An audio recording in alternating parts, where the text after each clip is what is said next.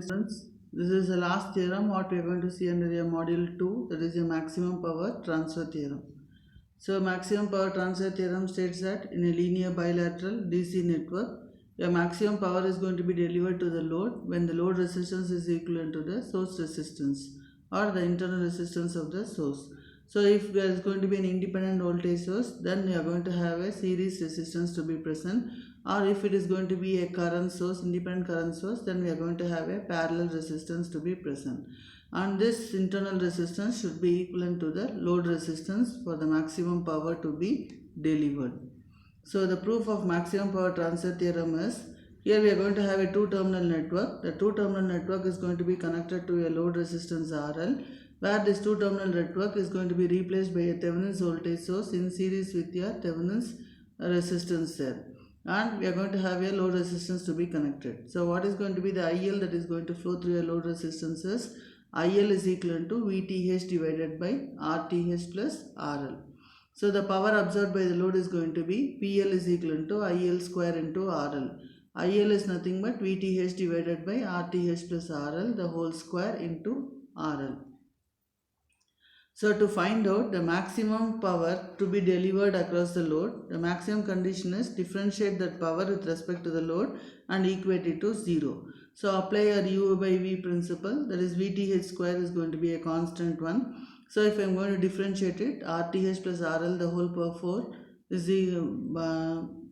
going to be the denominator. The numerator is going to be RTH plus RL the whole square minus the into differentiation of that RL square is going to be 1 and minus 2RL into RTH plus RL there.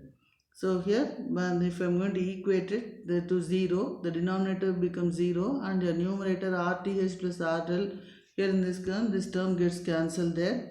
So this RTH and this one term gets cancelled. So it is RTH plus RL minus 2RL is equal to 0. So if I simplify it, it is going to be RL is equal to RTH. So the maximum power is equal to VTH by RTH plus RL the whole square into RL.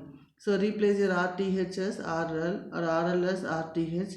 That means that it is your V square RTH divided by 4 RTH. So here if I replace it, it is going to be 4 RTH square into here RL is RTH, means that gets cancelled, is 4 RTH.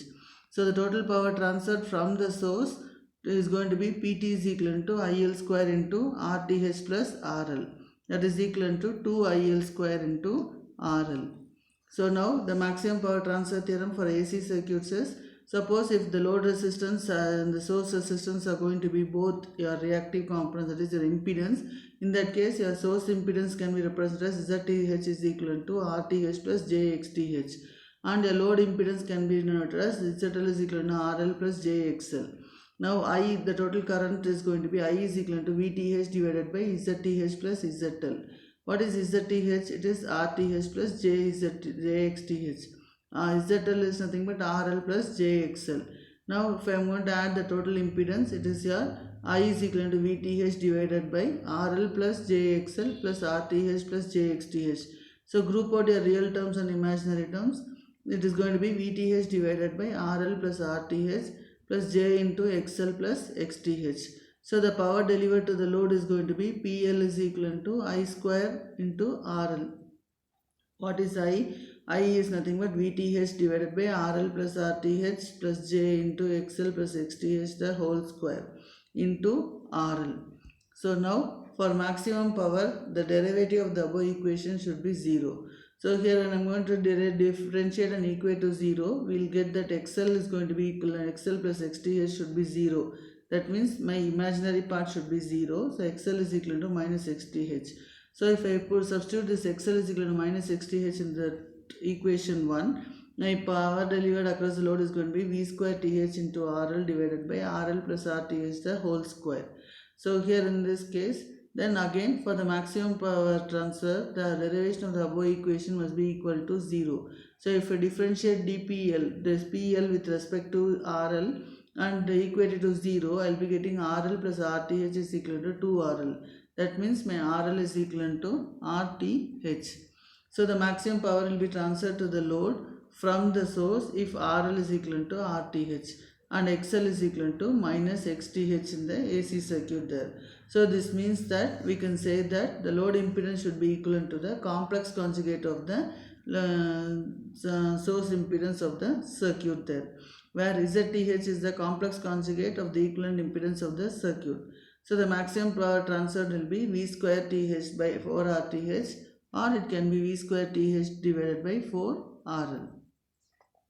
That is the second criteria, that is when the load and the source is going to be impedance.